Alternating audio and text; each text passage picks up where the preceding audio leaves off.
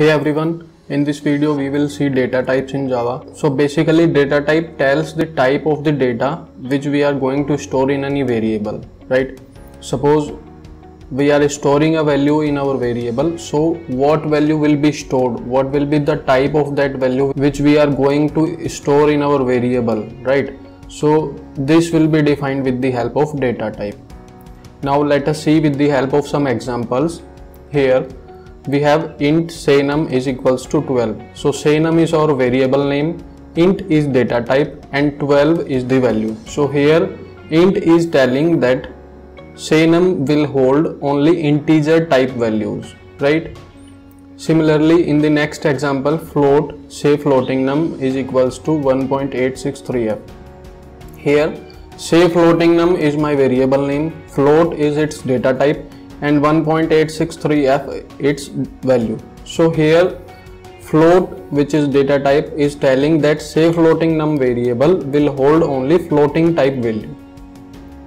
Similarly, char say letter is equals to x. So x is the only character which we are going to store in say letter variable, and here char data type is telling that say letter variable will store only character type data. Similarly, boolean and string. There can be more data types, but here we have a few examples. Now, data types can be of two types.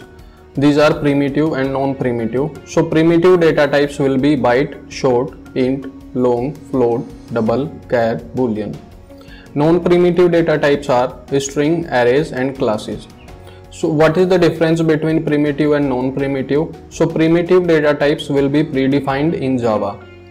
We have no need to define them again, they are already defined in Java, right? Whereas non-primitive data types are those which are defined by the programmers, except string. String is the only data type which is predefined in Java and it is a non-primitive data type. Okay. Now let us see the size and description of primitive data types. So here is a list of primitive data types, their size and their description. Here description is telling that what will be the range of values which we can store in any data type, right? Let us see in detail. Here we have byte. So size of a byte variable in memory will be 1 byte and it will store from -128 to 127. Now the question is how we are finding out this -128 to 127, right? So 1 byte will take 8 bits in memory and every bit will be having two possible values, either 0 or 1. Then if we will multiply 2 into 8 times, then we will get 256. Now if we will divide this 256 into negative and positive values, then here is the calculation how we are getting this range from -128 to 127.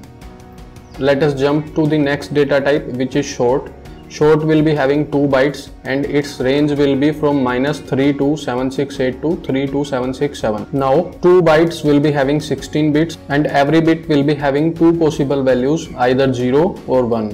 Now if we will multiply 2 into 16 times, then we will get this number 65536, and it will also store negative and both positive values.